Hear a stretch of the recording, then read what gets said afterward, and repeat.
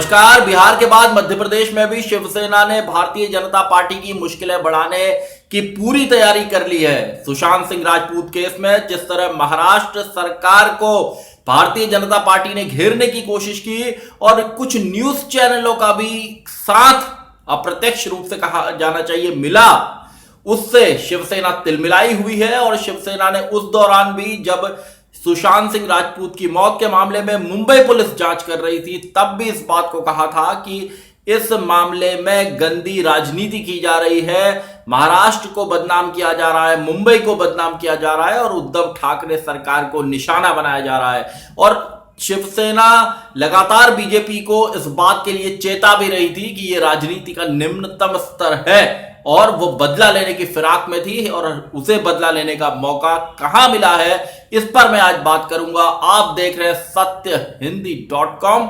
Appeal मेरी आपसे वही है कि कॉर्पोरेट मीडिया के मुकाबले आजाद पत्रकारिता का समर्थन करें। सत्य हिंदी की सदस्यता योजना में शामिल हों। आर्थिक भुगतान का लिंक हमने डिस्क्रिप्शन में दिया हुआ है। बात हो रही है शिवसेना किस तरह भारतीय जनता पार्टी से बदला ले रही है उस पर। अभी आपने हाल में देखा कि जब महाराष्ट्र में मंदिर खोलने का मुद्दा गर्म हुआ, तो वहां के राज्यपाल भगत सिंह कोश्यारी ने जिस तरह लेटर में लिखा कि क्या आप अचानक सेक्युलर हो गए हैं, उसको लेकर देश भर में हंगामा मचा। और उसके बाद शरद पवार, जो पुराने सियासतदान हैं, अनुभवी नेता हैं, उन्होंने इसको लेकर प्रधानमंत्री नरेंद्र मोदी को खत लिखा और महाराष्ट्र के मुख्यमंत्री उद्धव ठाकरे ने भी पलटवार किया और सेक्युलर की भी परिभाषा उन्होंने को बताने की कोशिश की। तो इसको लेकर महाराष्ट्र की सियासत पूरी तरह गर्म है, क्योंकि महाराष्ट्र के अंदर भारतीय जनता पार्टी को इतना समझ आ गया है कि अगर तीनों ये दल जो महाराष्ट्र में महाविकास अघाड़ी सरकार चला रहे हैं, उद्धव ठाकरे जिसके मुख्यमंत्री हैं, जिसमें शिवसेना, एनसीपी और कांग्रेस शामिल है, अगर ये तीनों दल साथ रहे तो महाराष्ट्र में बीजेपी के लिए राजनीति करना बेहद मुश्किल हो जाएगा। क्योंकि ये तीन प्रमुख दल अगर साथ रहेंगे तो नगर पालिकाओं के चुनाव आने वाले हैं, और जो बीएमसी का चुनाव है, बृहन मुंबई महानगर पालिका का, या विधानसभा का चुनाव हो, या लोकसभा का चुनाव हो, या जिला परिषदों का चुनाव हो, वहां तक भारतीय जनता पार्टी को मुश्किल खड़ी होगी और उसको इस गठबंधन की काट निकालनी है। इसलिए वो शिवसेना को हिंदू विरोधी साबित करना चाहती है, जिससे कि शिवसेना का जो हिंदू वोट है वो उसके पाले में आ जाए। इसलिए उसने इस बात को कहा है कि मंदिरों को खोला जाना चाहिए, जबकि सरकार का ये कहना है, उद्धव ठाकरे सरकार का, कि कोरोना संक्रमण के काल में किसी भी धार्मिक स्थल को खोला जाना ठीक नहीं होगा, क्योंकि इससे संक्रमण फैलने का खतरा रहेगा। और बीजेपी की ये दलील है कि जब बार और रेस्टोरेंट खोल सकते हैं तो इनको क्यों नहीं खोला जा सकता, धार्मिक स्थलों को क्यों नहीं खोला जा सकता। तो ये जो लड़ाई है बीजेपी और शिवसेना की, जो महाराष्ट्र से चल रही है, वो बाकी प्रदेशों में इसकी आंच आ रही है। इसकी आंच पहुंची बिहार में, जहां पर विधानसभा का चुनाव है, और यहां पर शिवसेना ने ऐलान किया कि वो 50 सीटों पर अपने उम्मीदवार उतारेगी और बाकायदा एक बहुत जबरदस्त चुनाव प्रचार उसकी ओर से होगा। महाराष्ट्र के मुख्यमंत्री उद्धव ठाकरे, संजय राउत, उद्धव ठाकरे के बेटे आदित्य ठाकरे, राष्ट्रीय प्रवक्ता प्रियंका चतुर्वेदी, तमाम सभी नेता, कई बड़े नेता, हाई प्रोफाइल नेता, जिनको आप टीवी चैनलों में देखते हैं, अखबारों में जिनकी खबरें पढ़ते हैं, वो सारे लोग वहां पर शिवसेना के लिए चुनाव प्रचार करेंगे बिहार के अंदर।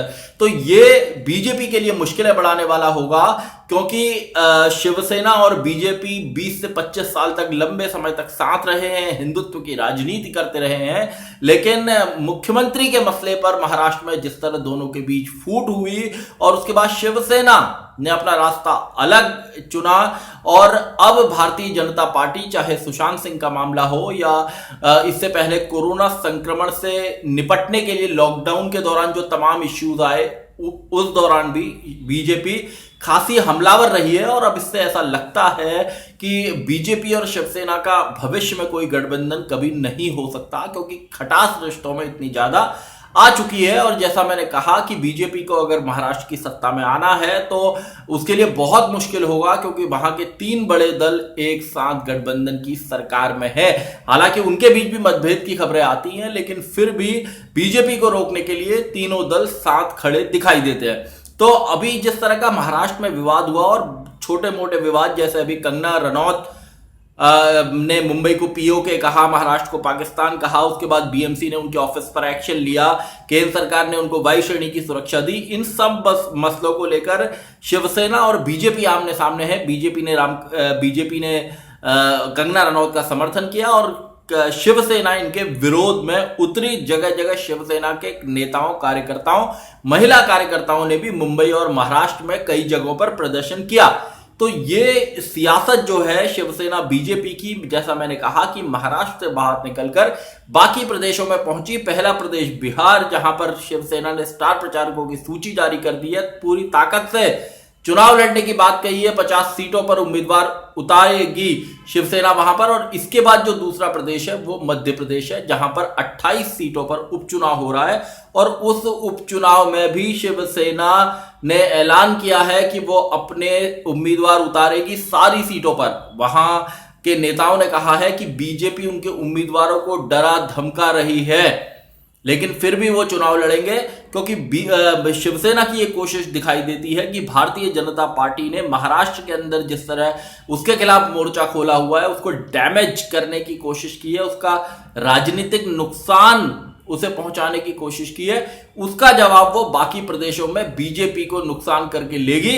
और ये जो मध्य प्रदेश में चाहे चुनाव लड़ने का मसला हो या बिहार में चुनाव लड़ने का मसला हो, यहां शिवसेना की कोई राजनीतिक अहमियत नहीं है, वो बेसिकली महाराष्ट्र की पार्टी है।